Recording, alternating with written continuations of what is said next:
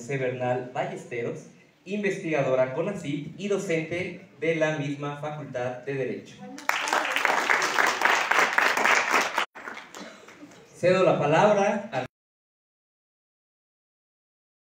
la doctora Esca, y también, pues, como coordinadora de la especialidad, abrirá el campo para esta temática. Bueno, muchísimas gracias.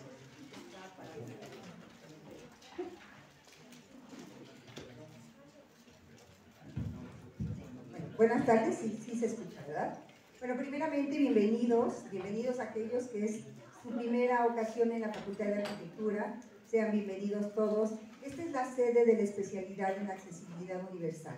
Una especialidad que busca rebasar las fronteras y los paradigmas que tienen que ver no solamente con el diseño universal, sino con la accesibilidad, que es un campo aún mucho más abierto.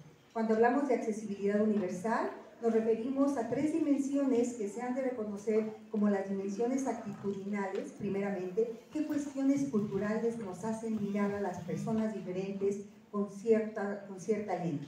Pero también viene la dimensión normativa, que implica cómo la sociedad ha respondido a través de normas, a través de instancias, para que esta mirada permanezca o cambie.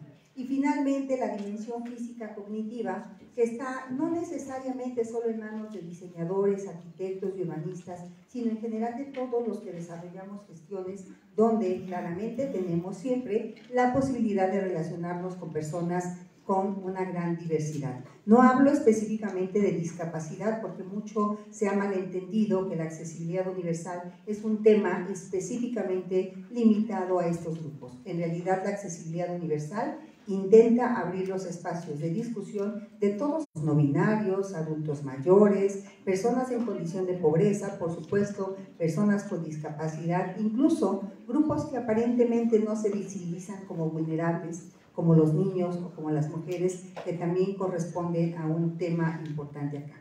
Entonces, me da muchísimo gusto que se encuentren acá, porque además la accesibilidad universal tiene un esquema donde nosotros lo abordamos desde el derecho.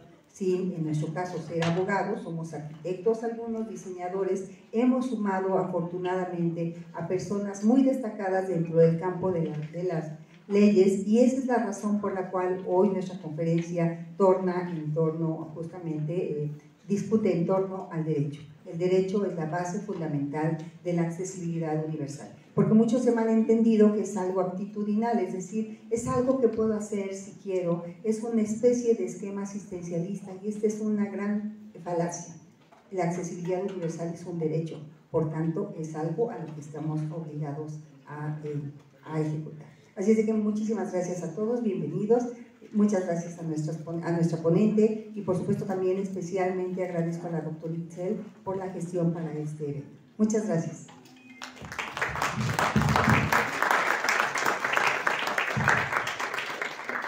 Agradecemos las palabras de la doctora Esca. Doctora Itzel, si nos puede compartir a sí mismo unas palabras.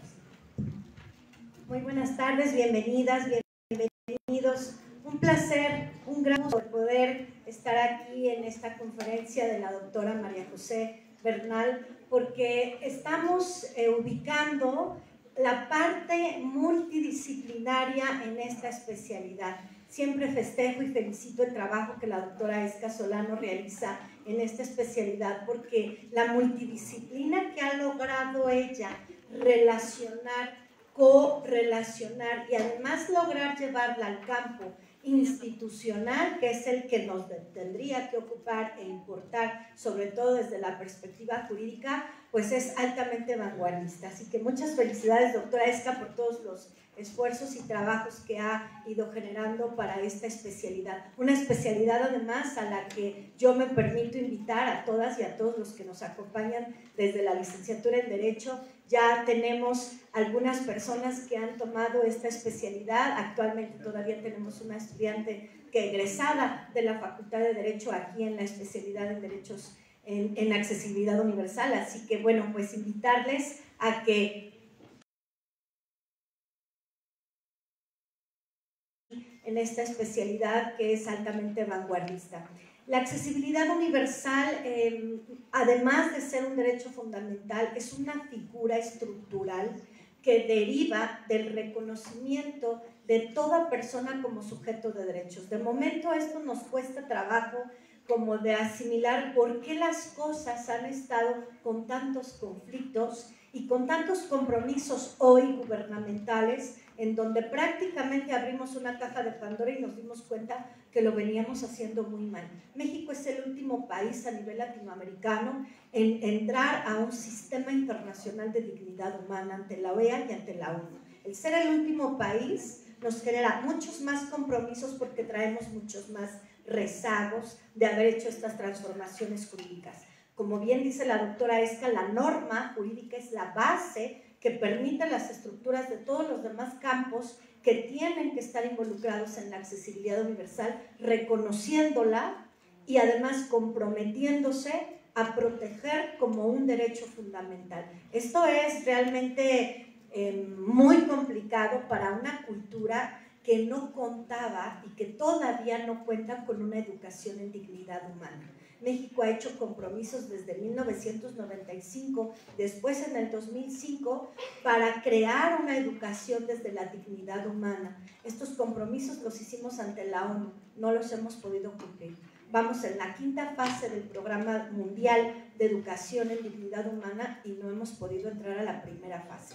Como ven, el compromiso es muy alto para comprender que la accesibilidad universal es toda una vía, una herramienta, una estructura que nos tendría que llevar a un espacio de dignificar seres humanos que no éramos reconocidos como sujeto de derechos. En la totalidad este reconocimiento se adquiere en 2011 y paulatinamente es que tenemos muchísimas reformas estructurales a una gran cantidad de legislación para poder entender que la accesibilidad no solamente es a los espacios, sino también a muchos otros derechos. Por eso todos los grupos vulnerables, así denominados por el Programa de Naciones Unidas para el Desarrollo para México en 2014, tenemos que observar su transición de todos estos grupos, en donde todos estamos involucrados, todas y todos estamos involucrados, a la accesibilidad universal para lograr la dignidad humana. Bienvenida, doctora. Muchísimas gracias por estar aquí con nosotros.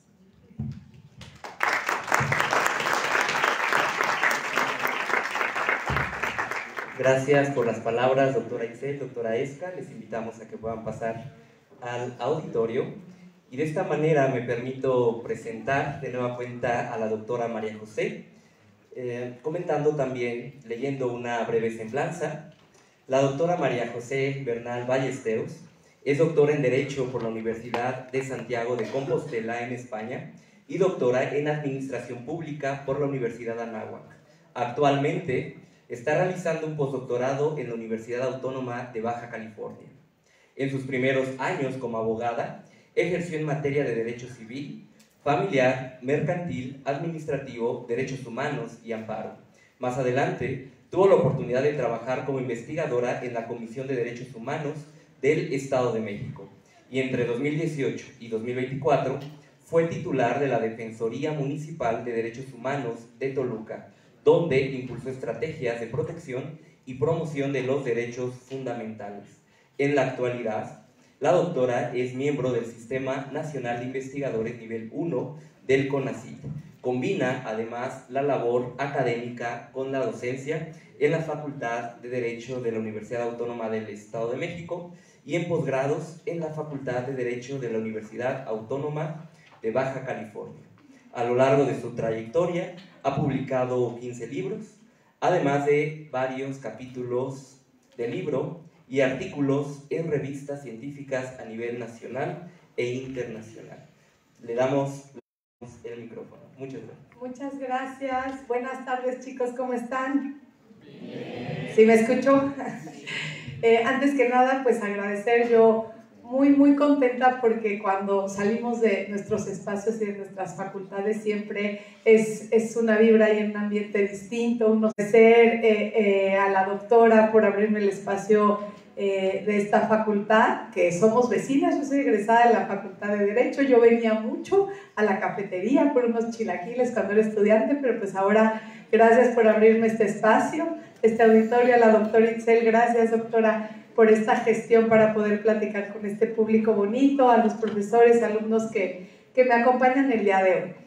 Pues para ir centrando esta charla, perdón por la voz, espero que me escuchen, vamos a hacer aquí un esfuerzo de no gritar mucho. En primer lugar quisiera saber quiénes son arquitectos, por favor, que me levanten la mano. ¿Ok? ¿Quiénes son abogados? ¿Okay? ¿Quiénes son diseñadores? ¿De alguna otra profesión distinta a arquitectura, diseño? Administración y promoción de la obra urbana. Ah, muy bien. Ah, muy bien. Bienvenidos. ¿Alguien más? Terapia ocupacional. Terapia, allá. Terapia ocupacional. ¿Alguien? ¿Una última? Psicología. Psicología. Oigan, qué padre, a mí me encanta hasta una bebita que nos acompaña aquí, que ya va a estar aprendiendo a sus meses. Pues mucho gusto, yo soy María José y hoy vamos a platicar, perdón, la última pregunta, ¿todos estudian esta especialidad? ¿Quiénes son alumnos de esta especialidad? ¿Ok? Va. ¿Egresados? No. Ok. Pues entonces vamos a convencer hoy a todo el público para que se inscriba en esta especialidad, porque quiero decirles, y con eso arranco, que quiero felicitar este esfuerzo de este programa académico que es innovador y único en su tipo, porque creo que el esfuerzo de no segmentar y dividir el tema de derechos humanos, de leyes, de accesibilidad al sector jurídico es algo brillante. Yo creo, como investigadora y como servidora pública que fui, en el tema de políticas públicas que me permití analizar en el doctorado, creo, y en la práctica, en cualquier tema que lo vean, es seguridad pública, salud mental, que es un tema que a mí me gusta mucho y que estuve impulsando desde la administración pública y como investigadora.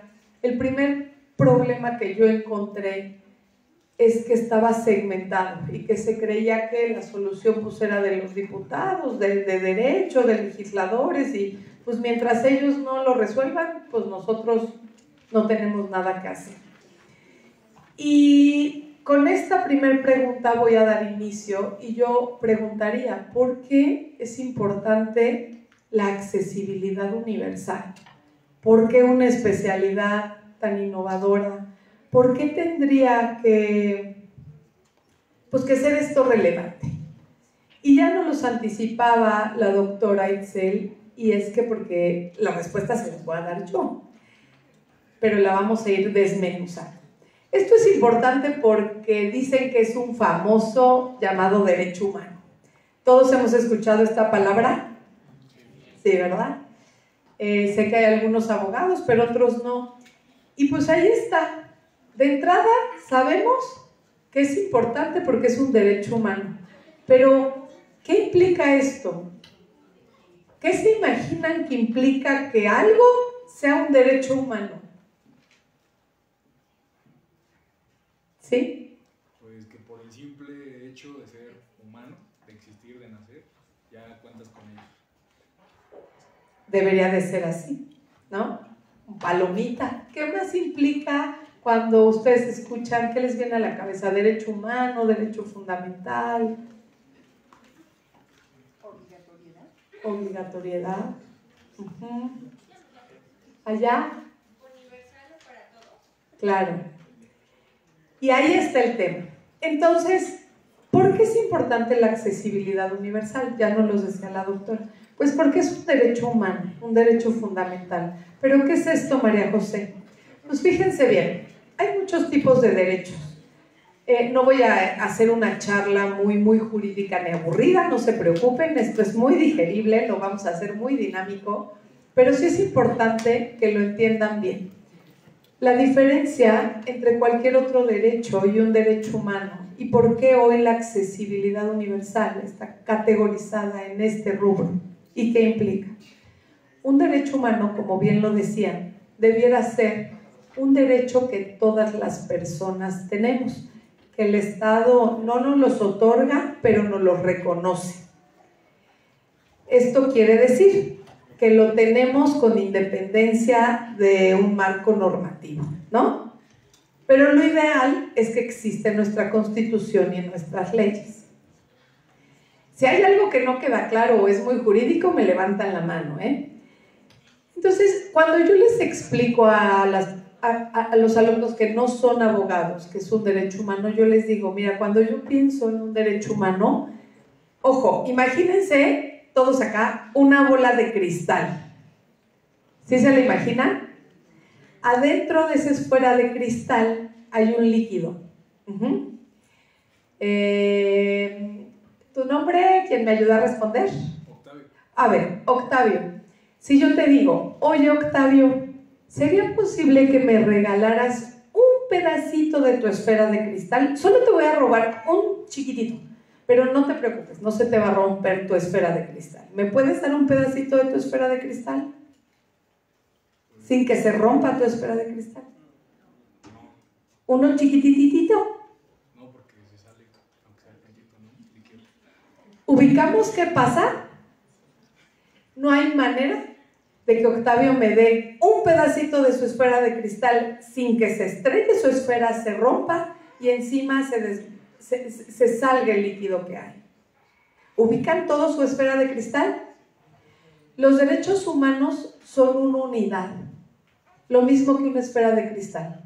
No se pueden entender de una manera dividida y adentro, ese líquido, hay algo bien importante que cubre esa esfera de cristal. ¿Y saben qué cubren los derechos humanos? ¿Qué se imaginan que está cubriendo y protegiendo esa esfera de cristal? La dignidad humana. Claro, la dignidad humana. No hay manera que cuando se transgrede un derecho humano no se afecte esa dignidad. ¿Y qué es la dignidad humana? Porque suena bonito. ¿Qué será la dignidad humana? ¿Hay alguien que levante la mano? ¿Qué se imagina? No es examen, ¿qué se imagine? Acá, chicos, hasta allá atrás, alguno de los chicos de gorra. ¿Qué es la dignidad humana?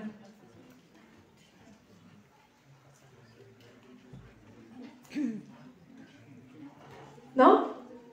Bueno, la dignidad humana es el valor que tenemos por el hecho de ser personas y tiene que ver, al margen de que es un derecho y es un principio, la dignidad humana tiene que ver con una libertad sagrada que tenemos de poder trazar nuestro futuro.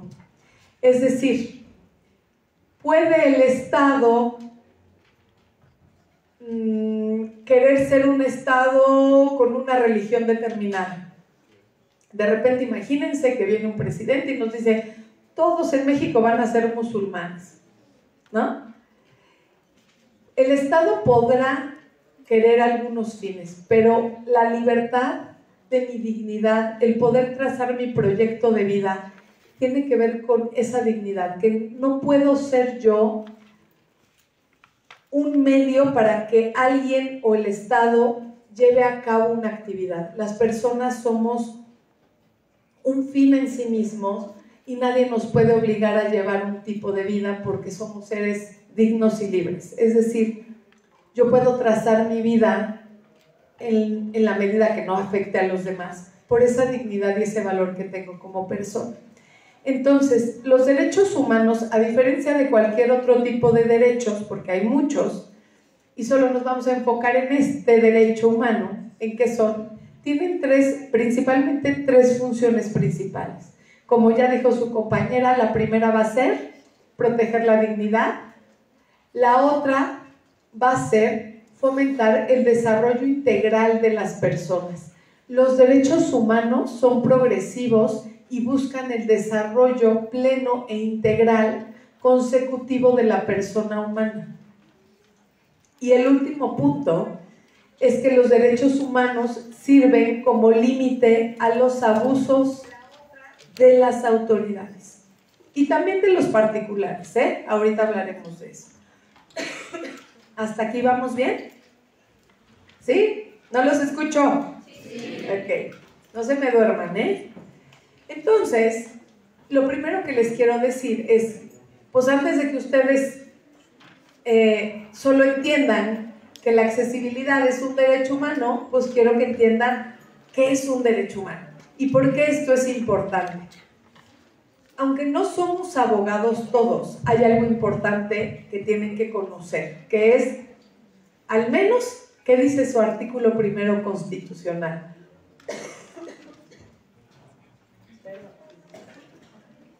Voy acá a subir mi botellota de agua, perdón, estoy bien enfermo.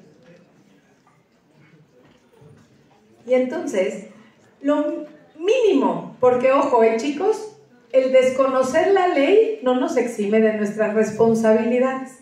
Entonces, conozcan o no sus leyes, sean o no sean abogados, pues todos estamos obligados.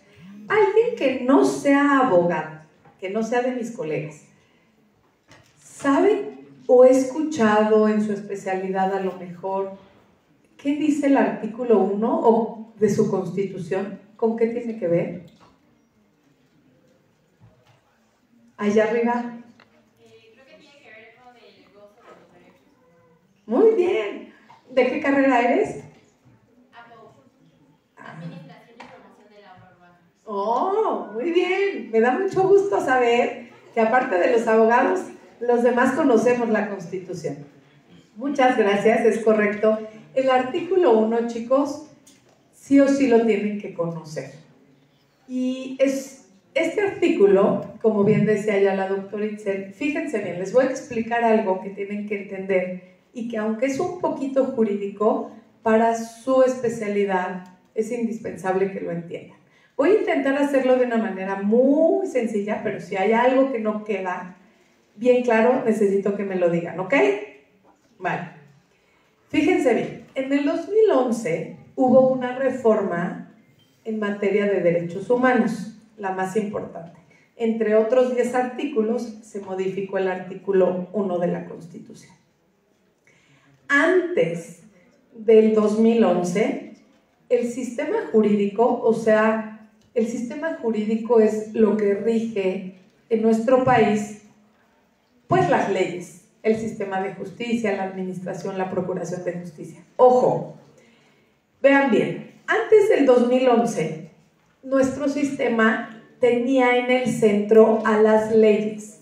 ¿Esto qué quiere decir? Que éramos un Estado legalista o positivista. Ajá. ¿Esto qué quiere decir?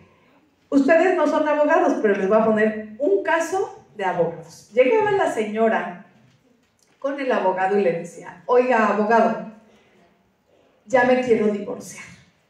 Y esto a mí todavía me tocó litigar.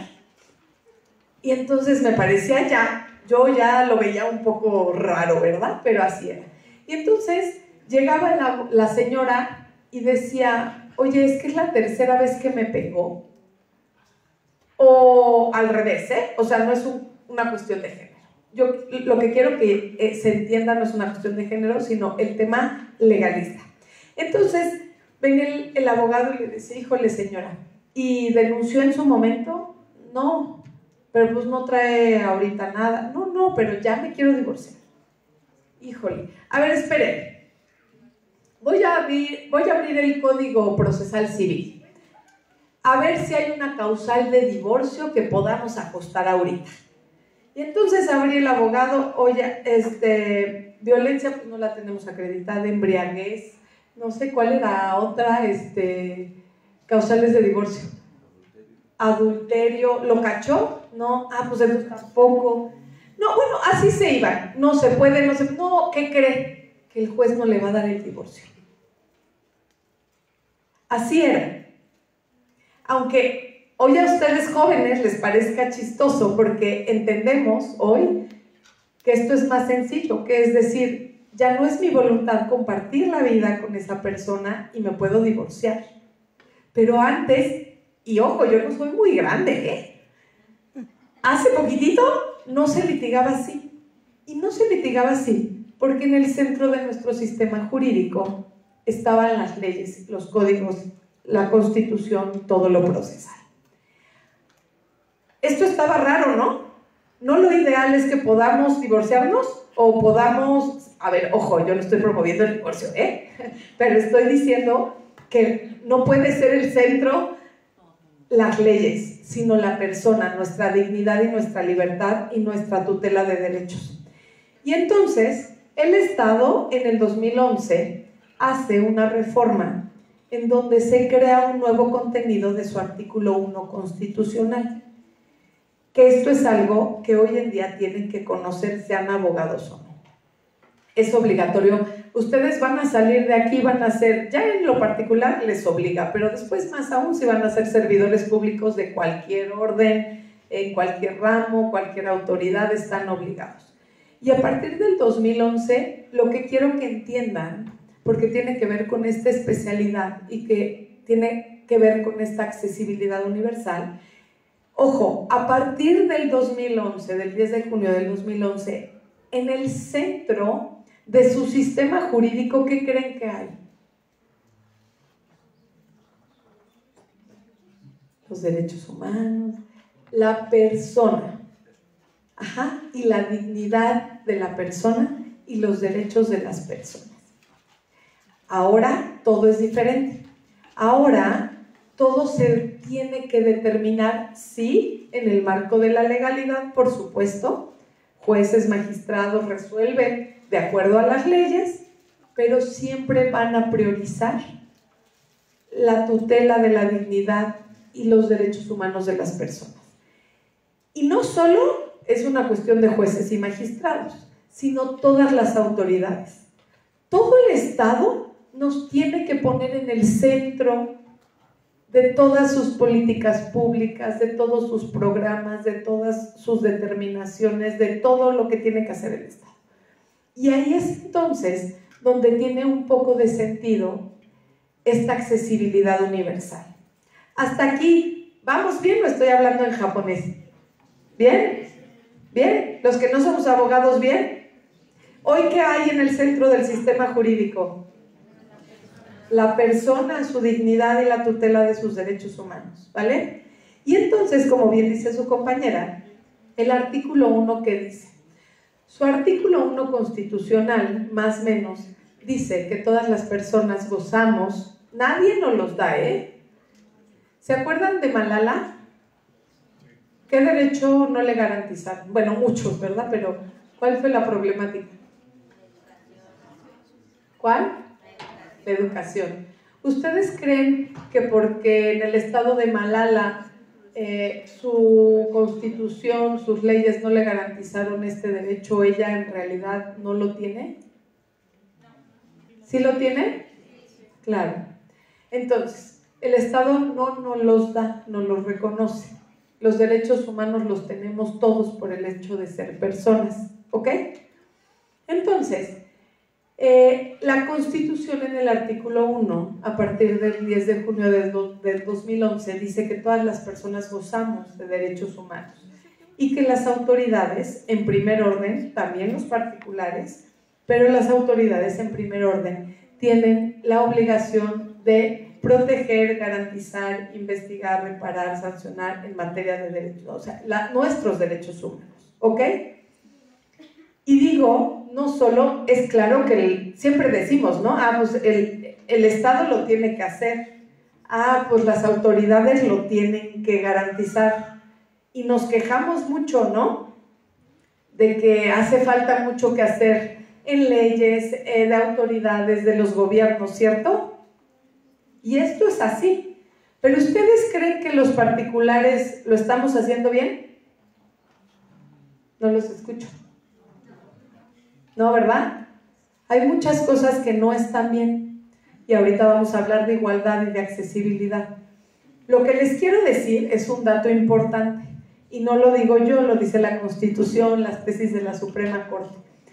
Los derechos humanos también constituyen un límite para la voluntad de los particulares. ¿Y qué quiere decir esto, María José? Que tu derecho termina donde empieza el mío.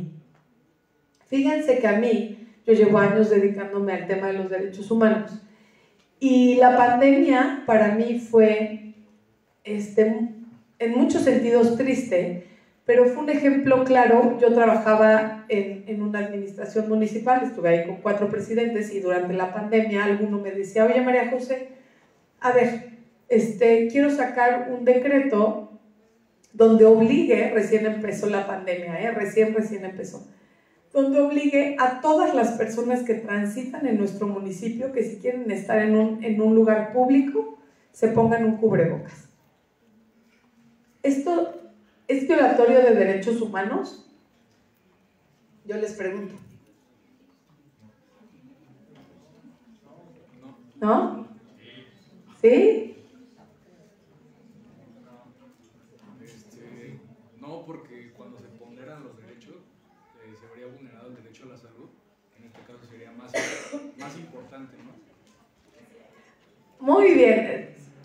Digo, muy bien, porque me das una pauta para hablar de algo que me faltó la importancia. Dice Héctor. Octavio. Dice Octavio, sí, porque uno es más importante que otro. A ver, Octavio, ayúdenle a Octavio, por favor, pero si yo les dije que los derechos humanos eran una esfera y una unidad, ¿de dónde me saco las escaleritas? ¿Cómo puede haber jerarquía en una esfera de cristal?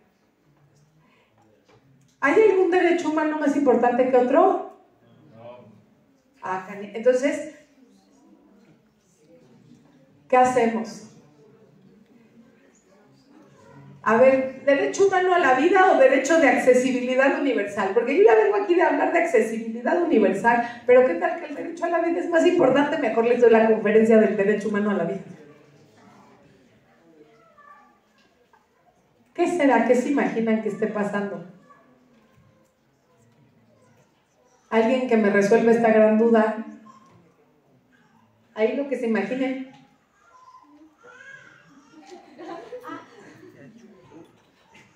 Sí. ¿Crees que hay un derecho humano más importante que otro? ¿Hay jerarquía entre derechos humanos?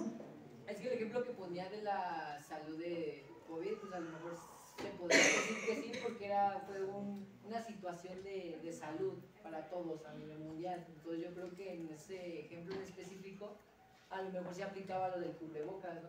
Porque como tal no está afectando como que algo. Nada más les pongo el cubrebocas y ya, ¿me entiendes? Sí.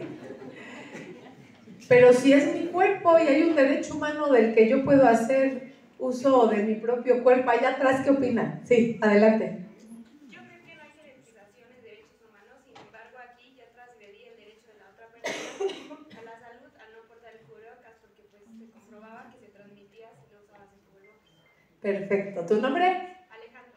Palomita, Alejandra. Ya nos resolvió Alejandra la duda. Ojo, ¿recuerdan que les dije que era una esfera de cristal? Pues no hay jerarquías, todos están adentro, todos. No hay un derecho humano más importante que otro. Pero ¿qué pasa? Y este ya es un tema un poco más jurídico. Cuando hay 2 derechos humanos que chocan, hay que hacer una ponderación y elegir en el caso concreto aquel derecho o circunstancia que afecte menos los otros derechos. ¿Y qué pasa en el ejemplo que yo les doy, que me decía el presidente municipal? ¿Se puede o no se puede limitar la libertad de unas personas, de todas las que transitaban por el municipio de Toluca en aquel momento, y obligarlos a portar un cubrebocas? ¿Se puede o no se puede? ¿Sí? Efectivamente. Y esto se puede porque si bien es cierto que se está limitando un derecho humano, estamos en contraposición con el derecho humano de una colectividad. Y entonces, en una ponderación, esto pesa más. Y el Estado es el único permitido, en algunos casos, para poder limitar algún derecho humano por un bien común o en algún caso concreto, por ejemplo, en materia penal. Cuando una persona comete un delito, el Estado puede limitar el derecho a la libertad por un bien, ¿no? Entonces, esto funciona así. Entonces, ya sabemos que es un derecho humano, ¿cierto? Ya sabemos que hay en el centro de un sistema jurídico, que es la persona. Ya sabemos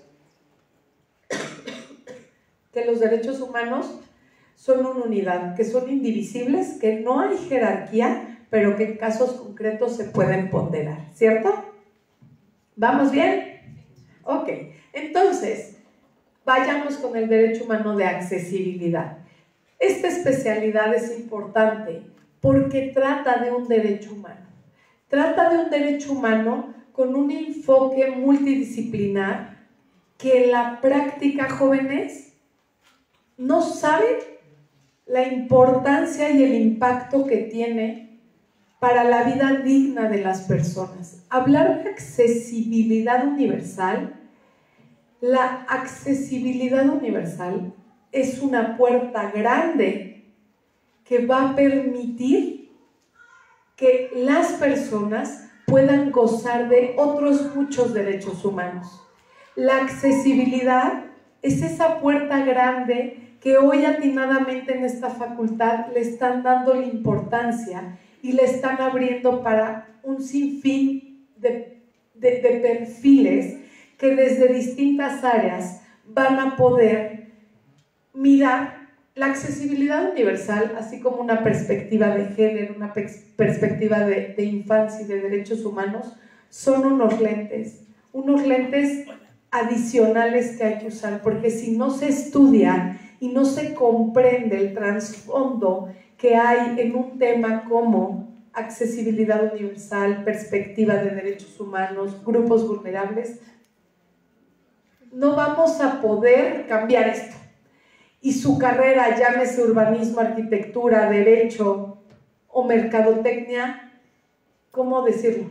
Se va a impartir de una manera, van a ser profesionales, pero no con este trasfondo de poder llevar al 100 a la gente su ejercicio y su carrera.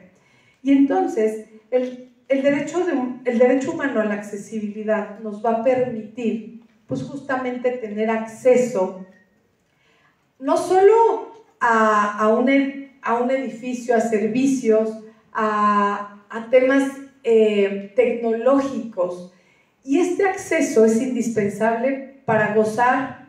Hay accesibilidad, las Naciones Unidas han hecho comités que emiten observaciones generales y han dicho cuál es la importancia de la accesibilidad, del derecho humano, por ejemplo, a la educación, a la salud, ¿no?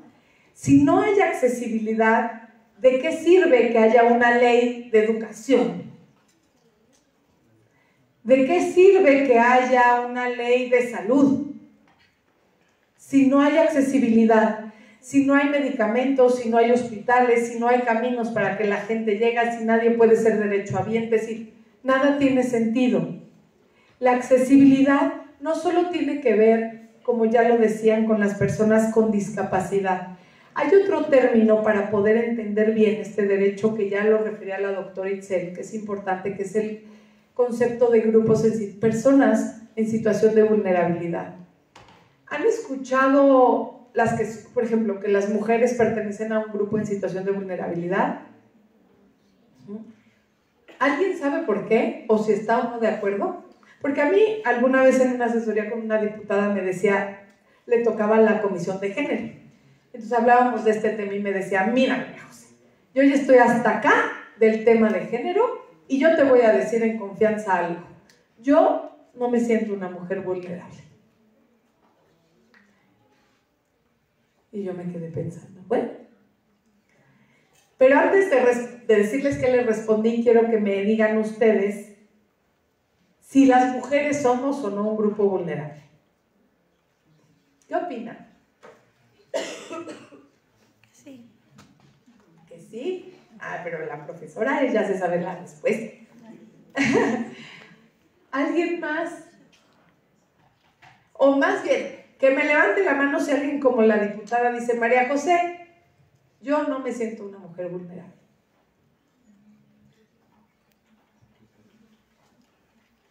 Nadie, ¿verdad? Efectivamente, pues fíjense que yo a esta diputada le dije, pues mire, yo creo que no hemos entendido bien qué es la vulnerabilidad. Para que hablemos de vulnerabilidad, y ojo, las mujeres somos, la mayoría de los grupos en situación de vulnerabilidad tiene que ver con minorías. En el caso de las mujeres no es así. Pero yo les voy a decir qué le dije a la diputada. Y le dije, mira, yo te vuelvo a preguntar, oye diputada, Si yo te llevo a ti, aquí en México, a las 2 de la mañana, porque ya hacía ejercicio, ¿no? Con tus licras, y digo esto porque tiene que ver con un tema de estereotipos también, con tu top y tus licras, que te gusta usar. Y entonces te llevo a las 2 de la mañana y te voy a dejar haciendo ejercicio que a ti tanto te gusta en la Teresa. Ah, pero no va a ir tu guardaespaldas, ni tu chofer, ni te van a acompañar. Y te vuelvo a preguntar, ¿te sentirías vulnerable? Bueno, pero es que entonces no hemos entendido. La vulnerabilidad tiene que ver con 2 aspectos, con un aspecto físico, personal, es decir, en este caso, que seas mujer, y el otro, ¿con qué creen que tenga que ver? Con un entorno, cultural, económico, social, porque si yo, a lo mejor a ti, mujer, con tu ropa deportiva, te dejo en Suecia, en el parque o en la Alameda, a las 2 de la mañana, ¿eres vulnerable? No, porque los índices de inseguridad son nulos. ¿Qué pasa? La vulnerabilidad tiene que ver con la falta de accesibilidad para poder, es decir, una persona con discapacidad en México, ¿cuándo se hace vulnerable? Hablando del derecho humano a la educación, cuando no tiene la forma de aprender porque la maestra no quiere escribir. A lo mejor la persona es sorda, pero la maestra no le gusta escribir, o porque la facultad no tiene rampas, o porque la discriminan. Pero todo eso son factores externos, sumados con un factor personal o físico. Se necesitan juntar estos 2 para que surjan los grupos en situación de vulnerabilidad. No sé si me explico. ¿Sí? Entonces, el derecho humano de accesibilidad pues está muy enfocado con esta falta de posibilidad para que las personas, no solo con una discapacidad física, sino pertenecientes a cualquier otro grupo en situación de vulnerabilidad. ¿Alguien sabe qué otros grupos hay? Grupos indígenas. Adultos mayores, afromexicanos, los niños, niñas, ¿quién da más? Personas con discapacidad, migrantes, de la comunidad LGTB. ¿Quién más? ¿Qué nos falta? Adultos mayores. Ya nos dijeron adultos mayores. Familias emergentes. Familias emergentes. ¿Qué otro? Personas en situación de calle. Personas en situación de calle. Perfecto.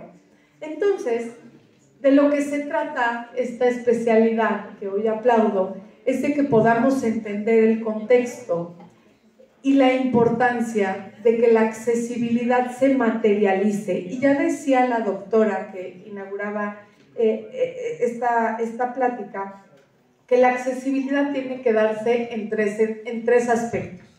Una con una cuestión normativa, que esta es un poco de la chamba que le toca al área jurídica, ¿no? A los diputados, pero que en sí misma no soluciona el problema. También tenemos la física, el tema de la accesibilidad física. Fíjense que traigo algunas estadísticas en el tema de discapacidad en México. El 15% de la población, bueno, a nivel mundial padece una discapacidad, pero de estos, 190 millones tienen una dificultad importante para moverse. 190 millones de personas. En México, 7.2% de la población tiene una discapacidad. En estados principalmente como Zacatecas, Tabasco y Durango. El tema se va segmentando con temas más complejos, por ejemplo, que de este 7.2%, solo el 46% tienen acceso a la educación por cuestiones propias de su discapacidad. Y en el Estado de México, 16 de cada 100 personas tienen una discapacidad. Y entonces, tiene que ver con un tema de actitud cultural, tiene que ver con un tema de normatividad, tiene que ver con un tema de espacios y cuestiones físicas de la discapacidad. Y todo eso nos toca a nosotros, a ustedes como profesionales. ¿Y de qué va? De que entendamos que la accesibilidad no se va a lograr si no sumamos esfuerzos y trabajamos en estas 3 dimensiones. El tema cultural, el tema empieza en casa, el tema cultural también. Yo cuando trabajé en los ayuntamientos hablaba con los presidentes y por supuesto que cuando están este es un espacio académico, cuando están en campaña, pues todo el mundo va a resolver todo, ¿no? Y entonces todo el mundo va a ser inclusivo. Y entonces yo le decía, oiga, presidente, ¿por qué no saca una política pública, una convocatoria, y se compromete que el 10% de las personas del ayuntamiento van a ser personas con discapacidad que puedan estar ejerciendo una actividad dentro de su preparación y tal, ¿no? Bueno, no, María José, sí tenemos 50 personas dadas de altas como servidores públicos. Ah, ok, bueno, por algo se empieza. Oiga, presidente, ¿y qué hace? Todas estaban en la puerta de un edificio con una tablita allá afuera en su silla de ruedas dando los buenos días. ¿Y a dónde pasa? Buenos días. Gente que ni los saluda y se pasa de lado. ¿Eso es inclusión? Es que no. Ese es el problema, que el cambio cultural o el tema de los migrantes, y así nos vamos con todos, ¿no? A veces pareciera que todos somos inclusivos, pero no. El tema es más profundo y el tema es cultural. Tenemos que ser empáticos, tenemos que cambiar el chip y hay que trabajar, y lo digo porque esta especialidad puede ser esos lentes que necesitamos para que como abogados, yo estoy segura que los que ya son abogados, los que ya son profesionales de esta especialidad, pueden, en donde quiera que estén trabajando, tratar de aplicar este derecho humano y garantizar este derecho humano de accesibilidad desde lo que estén haciendo. Leyes inclusivas, administraciones y políticas públicas inclusivas para personas en situación de calle, para migrantes, para personas con discapacidad, y mirando todo, arquitectos, diseñadores y de obras urbanas. Bueno, no se diga, ¿no? O sea, para empezar, ya no silla de ruedas, carriolas. O sea, yo he intentado, tengo 2 bebés, intenté pasear por la calle alguna vez que me dio la novedad y dije, hoy voy a pasear, porque aparte tengo 2 bebés, entonces en la carriola doble, imagínense. Haz de cuenta que yo quería viajar en una banqueta con un autobús. No hay manera, no hay seguridad. Y no se diga más con una silla de ruedas. Por supuesto que hoy los arquitectos, los diseñadores de gobierno, privados, tienen una labor importante. Tienen que ejercer su carrera con estos anteojos que tienen que ver con la accesibilidad universal, con igualdad, con pensar y mirar a estas minorías que puedan. ¿Y de qué se trata la accesibilidad universal? Esto es simple, de que todos podamos llegar de la misma manera.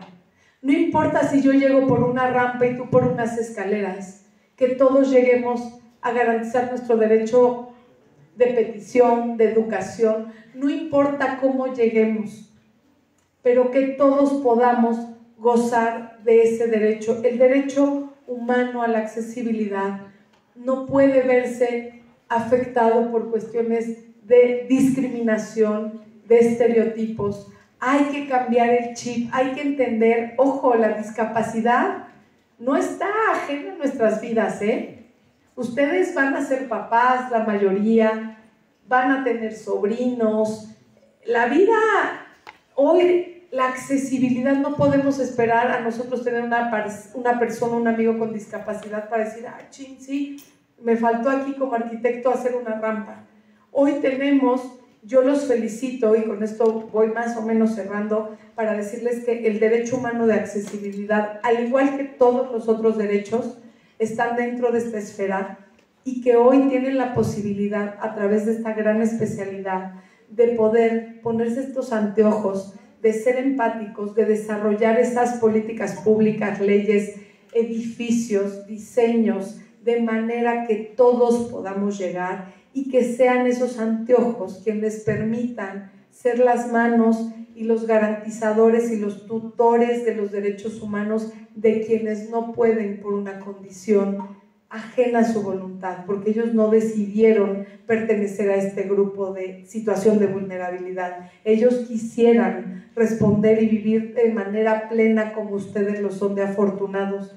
Y cierro con la idea que el tema de derechos humanos, de accesibilidad, de inclusión, de no discriminación, empieza en nuestra cabeza, empieza en nuestra casa y de ahí para adelante. Yo los felicito por esta especialidad, los exhorto a que todos pongamos nuestro granito de arena para que este mundo sea más inclusivo, más lleno de oportunidades para todos, porque uno nunca sabe si el día de mañana por algún accidente, por alguna situación, vamos a ser nosotros quienes no podamos llegar.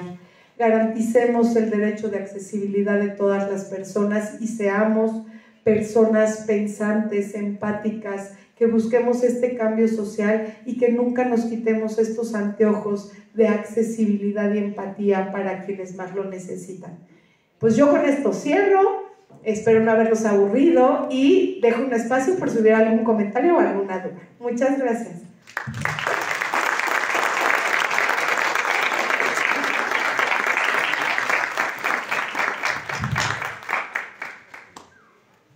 Gracias, doctora María José, por esta conferencia titulada Derecho Humano a la Accesibilidad en México, Retos y Desafíos. Como bien comenta la doctora, agradecemos este tiempo para preguntas, comentarios. ¿Alguien que quisiera levantar la mano?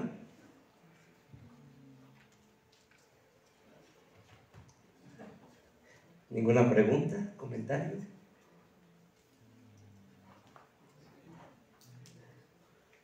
Ok. Bueno, creo que hay una acá. No te preocupes, aquí la fórmula. Gracias. No me equivocarme, pero estaba viendo hace rato sus redes y estaba viendo que está compitiendo para el proceso de magistrada. Felicidades, espero que sea exitoso su proceso. Y me puse a pensar, por ejemplo, en este proceso de próximas elecciones, ¿cómo protegemos los derechos de las minorías o vulnerabilidades o personas en situación de vulnerabilidad en este proceso?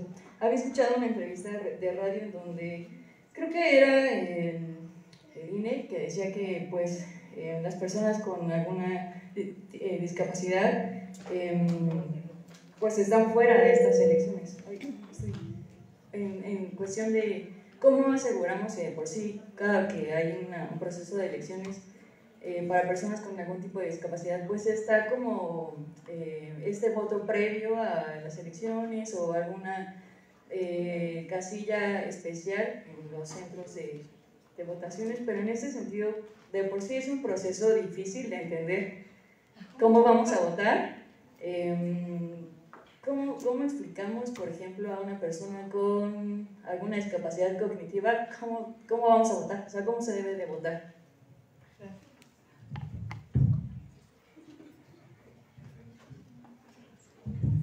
Muchas gracias. ¿Tu nombre? Maye. Muchas gracias. Si me lo permiten, voy a responder de manera muy respetuosa, si me permiten esta pregunta. Yo vengo aquí con un tema académico, pero efectivamente su servidor está como candidata a magistrada en materia familiar por la región Toluca. Hoy me di este espacio académico para platicar de otras cosas, pero lo que sí les puedo decir es que pues está complicado, es un proceso. Hoy tenemos, y esto que no suena a publicidad, hablo solo no por mí, sino de un proceso. Hoy tenemos una buena oportunidad estamos haciendo historia y estamos todos, no hablo de los candidatos, hablo de un proceso histórico donde por primera vez las reglas del juego cambiaron y hoy tenemos boletas complejas, casillas más lejanas, y es una muy buena pregunta que no me habían hecho el tema. Están tan preocupados, el INE tiene un gran reto, el IEM, es que está muy complicado, van a tener 10 boletas de muchos colores, boletas donde a lo mejor para ministros hay 64 aspirantes, llenas de nombres, y hoy que nos toca, primero informarnos, pero nos toca a las personas justo en el tema de accesibilidad. ¿Quién está pensando en las personas ciegas, por ejemplo? ¿Cómo van a garantizar este derecho al voto? ¿No? Sordas, las personas que no pueden, que no saben leer, porque lo que van a ver ustedes son un listado de nombres. Y es un tema... O adultos mayores que no puedan llegar por alguna discapacidad. Justo, porque las casillas, y no que no sea desalentador, por favor ejerzan su derecho al voto. Ustedes como jóvenes lo tienen que hacer, pero las casillas van a estar más lejos, se van a tardar más tiempo, váyanse desayunados, porque va a ser un ejercicio interesante en donde me gustaría decir que se está pensando en ellos, pero no se está pensando, estamos tan ocupados todos los candidatos tratando de entender y de explicarle a la gente que van a tener por primera vez 10 boletas distintas, que van a tener de muchos colores, federales, locales, ¿no? Ya se enterarán en mis redes sociales, síganme para la publicidad, pero va a ser complicado y hay que buscar la manera de, pues, de ayudarle a la gente que tiene de manera, pues como lo estamos haciendo, explicarles de alguna manera, con dibujos, pero no se está... Ni siquiera vamos a llegar ahí porque ni siquiera la gente que tiene acceso, hablando del acceso, está alcanzando a comprender. Hoy nos toca, y yo es lo único que puedo decir, es que nos toca ser responsables, que justo hablando de este cambio social, lo que nos toca es, a través de los sistemas que tienen redes sociales, que es lo que podemos hacer, y las plataformas del IEM, a través de Conóceme, conocer a los candidatos, elegir los mejores perfiles, porque hoy sí tienen ustedes, hoy sí está en la ciudadanía. Hoy, ya más bien, a partir de septiembre, no hay que decir, ay, ¿por qué ellos? No, hoy tenemos la posibilidad de elegir, que es un complejo escenario el poder analizar cuántos candidatos. Imagínense, ni nosotros mismos, pero vale la pena que nos demos el tiempo, vale la pena que aprovechemos este momento histórico. Yo lo que digo es, al margen de las nuevas reglas, es un buen momento para poder aprovechar esto para bien.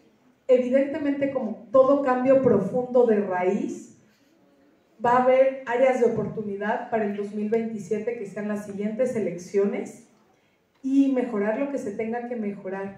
Y si a mí me preguntas, es una buena oportunidad porque en materia familiar, pues imagínense, es donde se ve, y no solo esta reforma, hay un nuevo código para los que son abogados, con el Código Nuevo Nacional en materia civil y familiar, hay un cambio importante para las personas de discapacidad.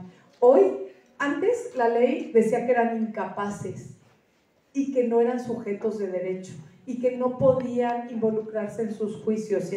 Hoy eso cambia. Y eso es un dato bien interesante que va a cambiar, y por supuesto que esta reforma también trae temas importantes como juicios más ágiles, pero sobre todo, ¿qué necesitamos? Pues que gente sensible llegue, gente con perfiles humanos lleguen, y que yo litigué, y a mí me tocó, pues, en un caso personal, que un juez o un magistrado pues nunca me recibiera, porque los magistrados no recibían a las partes, no recibían a los abogados. Y yo hoy me pregunto, y en aquel momento me lo pregunté, ¿cómo puede darte más luz un papel, un resumen que te haga tu secretario de acuerdos, a poder escuchar a las partes? Al mirar a los ojos a un joven, a un adolescente, a un niño y escucharlo. Y esas son las cosas que no podemos perder.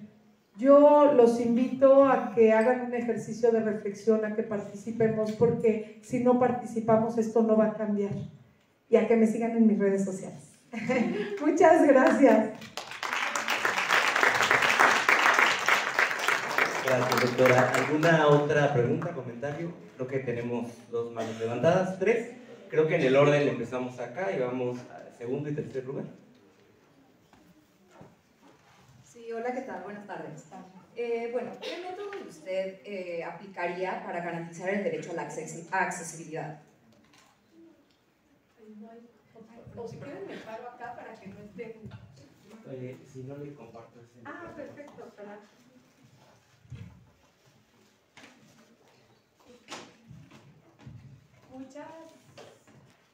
Listo. Muchas gracias. ¿Tu nombre? Jimena. Jimena. Yo creo que primero, pues, la Constitución. ¿Hay algo? ¿Eres abogada? Sí, estoy de derecho. Ah, bueno, entonces, el bloque de constitucionalidad, y esto, perdón, lo jurídico, pero lo tengo que explicar así. Hoy podemos aplicar la norma de cualquier rango que proteja más los derechos humanos. Hay algo que se llama perspectiva de infancia, de derechos humanos de género, que implica justo ponerte unos anteojos distintos y más profundos, así como cuando ya no ven de cerca que ves mejor. Eso implica una metodología para impartir justicia, para hacer sentencias, y implica, simple y sencillamente, ya está dicho, hay una metodología, no vamos a inventar ciencia, implica que tomes en cuenta, y la Corte Interamericana lo ha dicho, todos los aspectos que se involucran en el caso para que puedas impartir justicia con una perspectiva de derechos humanos. Y cuando hablo perspectiva de derechos humanos, implica una perspectiva a grupos vulnerables, una perspectiva de derechos humanos que es de accesibilidad. Y entonces no hay una regla general, sino que en cada caso concreto tienes que tener la responsabilidad para poder llegar a mirar todas esas desigualdades. Hay que tener un trato desigual para generar igualdad en algunos casos, porque ese trato desigual hace que se equilibre la balanza y que tú puedas impartir justicia de una manera igualitaria, ¿no? Entonces, de lo que se trata es de que podamos tener esta perspectiva para poder impartir justicia, pero esa perspectiva pues no es fácil, involucra hacer sentencias más largas, más tardías, más estudio, y a veces pues es lo que en el día a día no se hace, pero eso es lo que hay que hacer. Ningún caso puede ser igual a otro, no pueden ser resúmenes ni pueden ser así de fácil las sentencias. Creo que yo haría eso. Gracias. Por allá había otra. Gracias. Bueno, la mía nada más es como comentario rápido. Gracias. Es que los funcionarios de casillas seleccionados por el INE ya están capacitados justamente para las personas con discapacidades motrices o mentales, para que justamente puedan acceder a pues, su derecho al voto. Estas personas pueden ir acompañadas de sus familiares o personas de confianza, o si así lo deciden, con funcionarios de casilla que van a estar ahí apoyando para que justamente puedan acceder a su derecho al voto. Entonces no va a ser nulo y no se va a excluir de ninguna forma, sino se les va a tomar en cuenta y se les va a dar prioridad como en otras elecciones.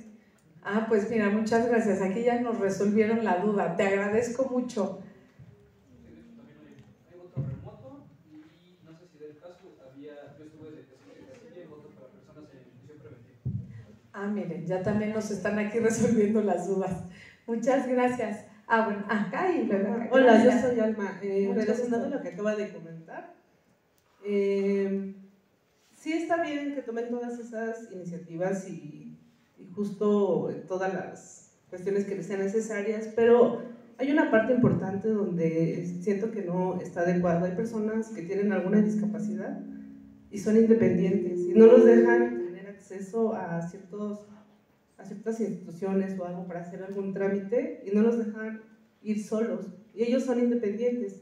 A veces sus familias no pueden ir con ellos, saben perfectamente que ellos pueden hacerlo, y entonces es cuando se les cierra la puerta porque no pueden hacer su trámite de cualquier cosa, ¿no? De salud, administrativo, lo que sea, y precisamente por esa barrera. O sea, no es tanto la barrera de la discapacidad que tienen, sino como que los quieren poner así como esa limitante de solo si vienes acompañado de. Y no conozco a muchas personas con discapacidad, son independientes, y se limitan mucho a realizar todos los trámites administrativos precisamente por esa razón. Pues eso está muy mal, ¿no? O sea, ahí yo creo que, digo, yo no conozco algún trámite que obligue, pero seguramente hay una mala praxis, no sé, yo trabajé en algún ayuntamiento, no había un trámite que exigiera que una persona con discapacidad fuera acompañado, pero si es así, eso no tiene sentido. Podría meterse un amparo o irse a quejar simplemente en las defensorías de derechos humanos. A mí nunca me tocó, pero si alguien llegara, una persona, un ciudadano, a decirme, oiga, me están obligando en la dirección del agua a ir acompañado para pagar, por supuesto que no. O sea, hablando del nuevo Código Civil y Familiar, eso cambia, pero en los procesos.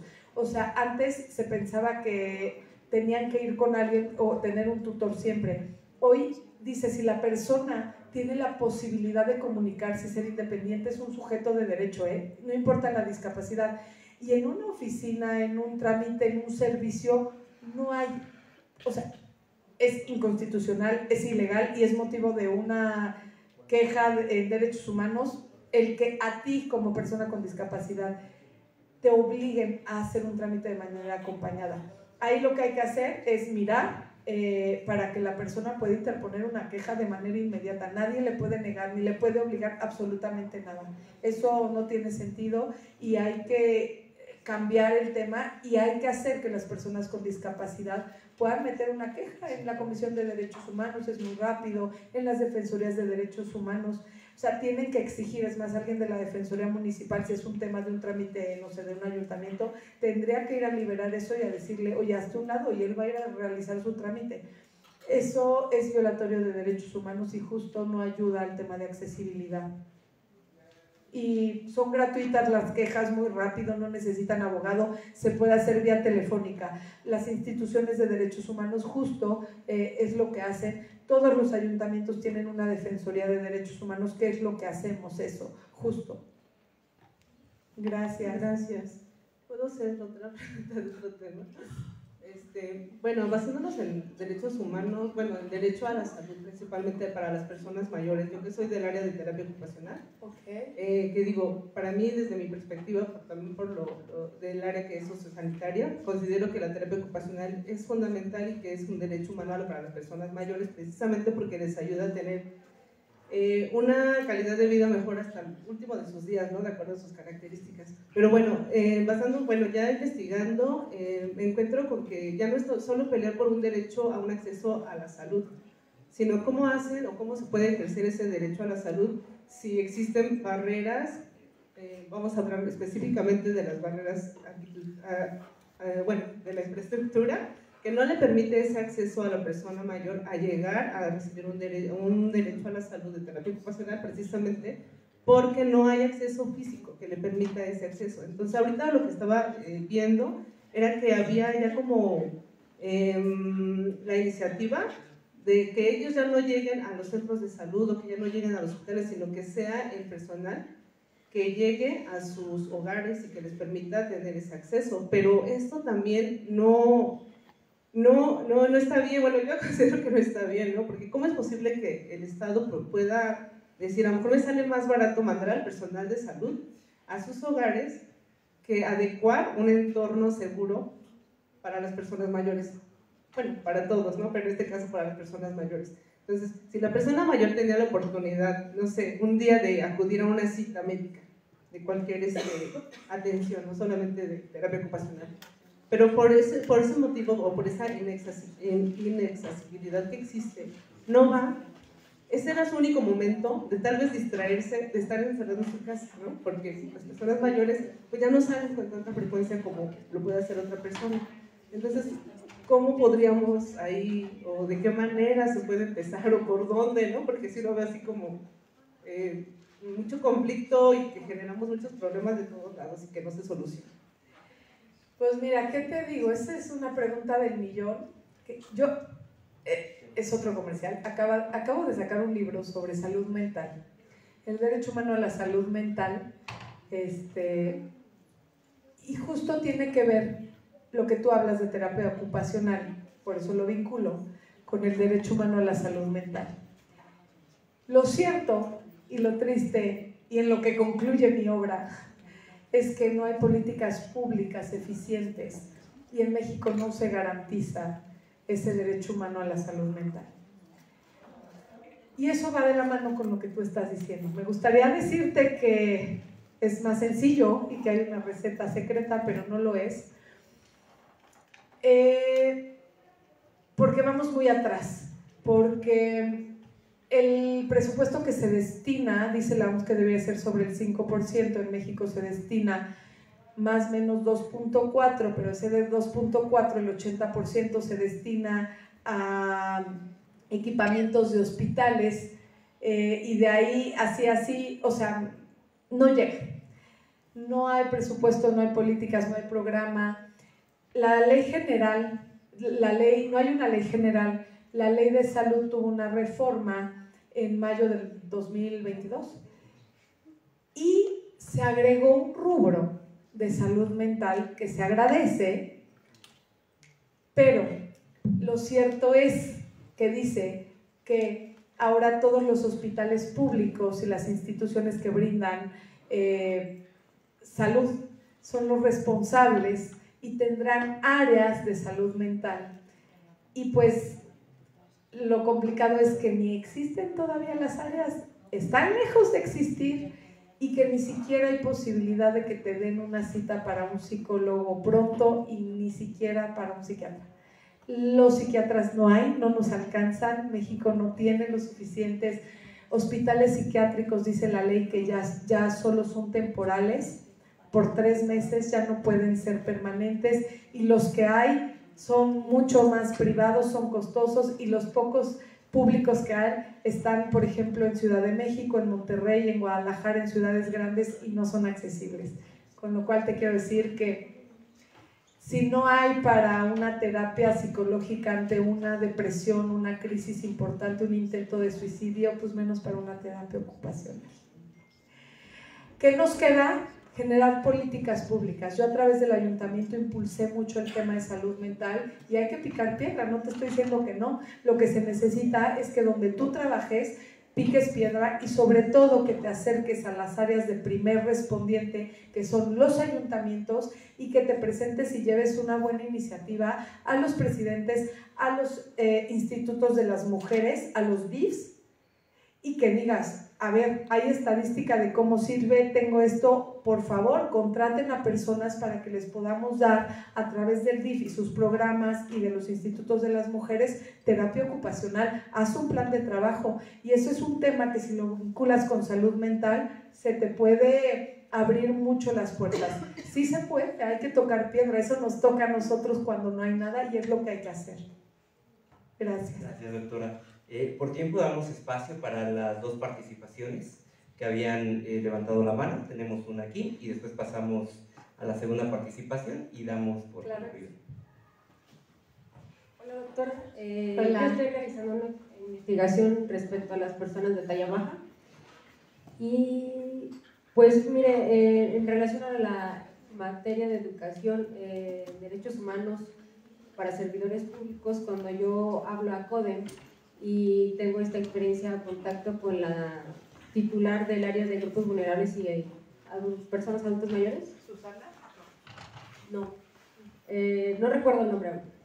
Me dice que pues ellos ahí no tienen educación para estas personas, no tienen ni siquiera la información.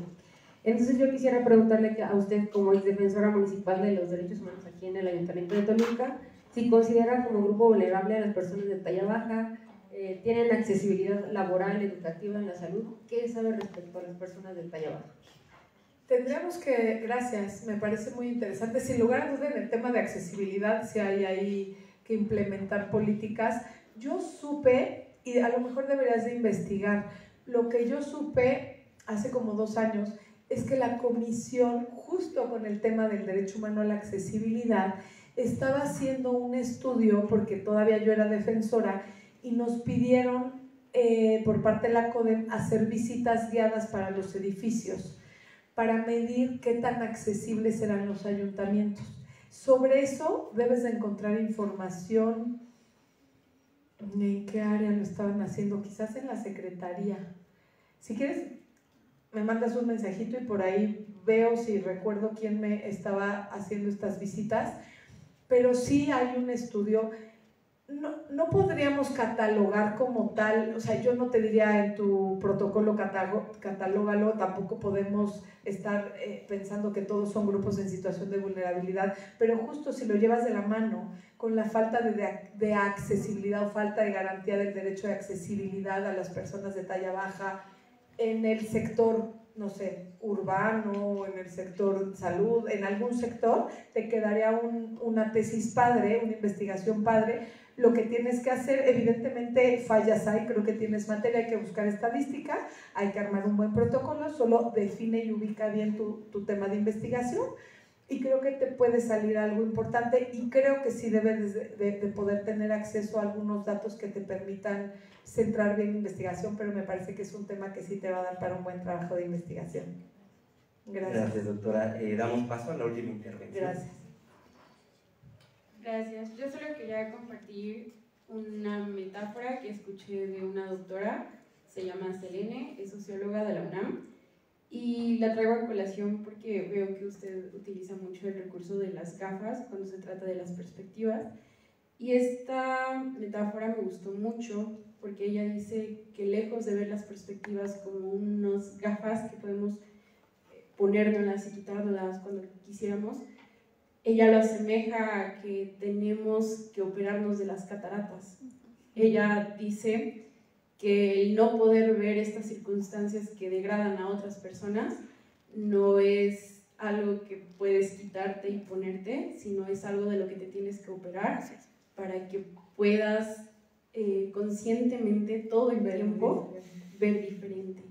Y esto me hizo como mucho clic hace un momento que mencionaba hacia los compañeros de planeación urbana, que decía que hay que ponernos las gafas para planear la urbanidad con este tipo de perspectivas, por ejemplo, para personas en situación de calle o personas con alguna discapacidad, y más bien es operarse de las cataratas porque eso les impediría quitarse las gafas cuando atiendan a intereses, por ejemplo, monetarios, cuando alguien les pueda ofrecer algún tipo de mayor compensación económica y ellos pues, podrían decir que se quitan las gafas, ¿no? Me encanta, gracias. ¿Cómo te llamas? Ita. Ita. Yo creo que cerramos con eso, Ita, la verdad es que tienes toda la razón, eso es lo que deberíamos de hacer. A lo mejor el quitar y poner se refiere que a veces hay que hacer estos ajustes razonables cuando hablamos de personas con alguna situación de vulnerabilidad y a veces no son necesarios, porque entonces haríamos distinciones innecesarias y generaríamos desigualdad. Pero entiendo la idea, creo que eso es todo lo que tenemos que hacer, operarnos del corazón, de la cabeza y de los ojos para poder avanzar todos en la línea que debemos de hacer y regalarle a nuestro país un México mejor. Para ustedes que son jóvenes, para nuestras futuras generaciones, pues que eso es todo lo que nos tiene aquí a todos juntos, ¿no? Yo les agradezco mucho las preguntas, los comentarios y la verdad que qué bonito público. Muchas gracias.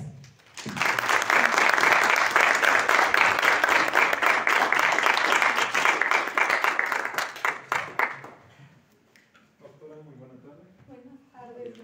Muchas gracias, director. Muchas gracias. Antes que nada agradecemos a todos los asistentes a esta ponencia y vamos a entregarle este reconocimiento a la doctora. La Universidad Autónoma del Estado de México, a través de la Facultad de Arquitectura y Diseño y la especialidad en Accesibilidad Universal en la Arquitectura y la Ciudad, otorgan la presente constancia a la doctora María José Bernal Ballesteros por impartir la conferencia titulada Derecho Humano a la Accesibilidad en México, Retos y Desafíos, durante las actividades académicas de la especialidad en Accesibilidad Universal en la Arquitectura y la Ciudad, que tuvo efecto el 28 de abril de 2025 en el Auditorio Vicente Mendiola Quesada. Atentamente, Patria, Ciencia y Trabajo, 2025, 195 años de la apertura del Instituto Literario en la ciudad de Toluca. Firma nuestra doctora en Derecho, pero en Diseño, Me ganó, estamos me ganó y todo bien, ya nuestra estimada amiga doctora. Nuestra doctora en diseño es Elena Solano Meneses, coordinadora de la especialidad en accesibilidad universal en la arquitectura y la ciudad.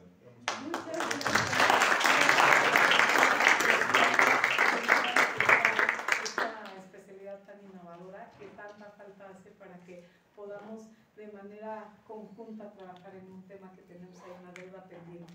Y me ganó el subconsciente, como estaba viendo presente su currículum, que es doctora en Derecho, doctora en Administración Pública, y que de manera recurrente hemos tenido muchos aliados importantes en la especialidad en accesibilidad. Obviamente el tema del derecho es fundamental, las políticas públicas, y lo que es la accesibilidad universal realmente aplica muchas áreas del conocimiento como planeación urbana, geografía, economía, arquitectura, diseño gráfico, diseño industrial, es realmente transversal. Agradecemos mucho su valiosa presentación, creo que fue totalmente asertiva, nutrida. Sí, nos faltó tiempo a echar aquí el chisme con todos y poder nutrir algo que realmente hace falta. No hay programas así, director, tan multidisciplinarios, y eso es lo que hace falta, que no nos casemos con la idea de esta es mi área, sino que justo como decían, podamos operarnos todos los ojos, la conciencia, la cabeza y poder trabajar por la misma causa, no importa si somos abogados o arquitectos. Es correcto. Ya de manera reciente la UNAM ya tiene también en puerta, no sé si está ya ofertándose, estaba en este proceso, porque hace años, pues 2022, para ser muy puntuales, fue esta la primera que se oferta, pero la necesidad es amplia, ¿no? Y tenemos que capacitar a cada vez más profesionistas de todas las disciplinas. Nuevamente, muchísimas gracias, y a todos nuestros estudiantes, nuestros académicos, gracias por su siempre valioso apoyo. Doctor, bienvenido. Muchas gracias, director. Gracias por el espacio. Muchas gracias a todos.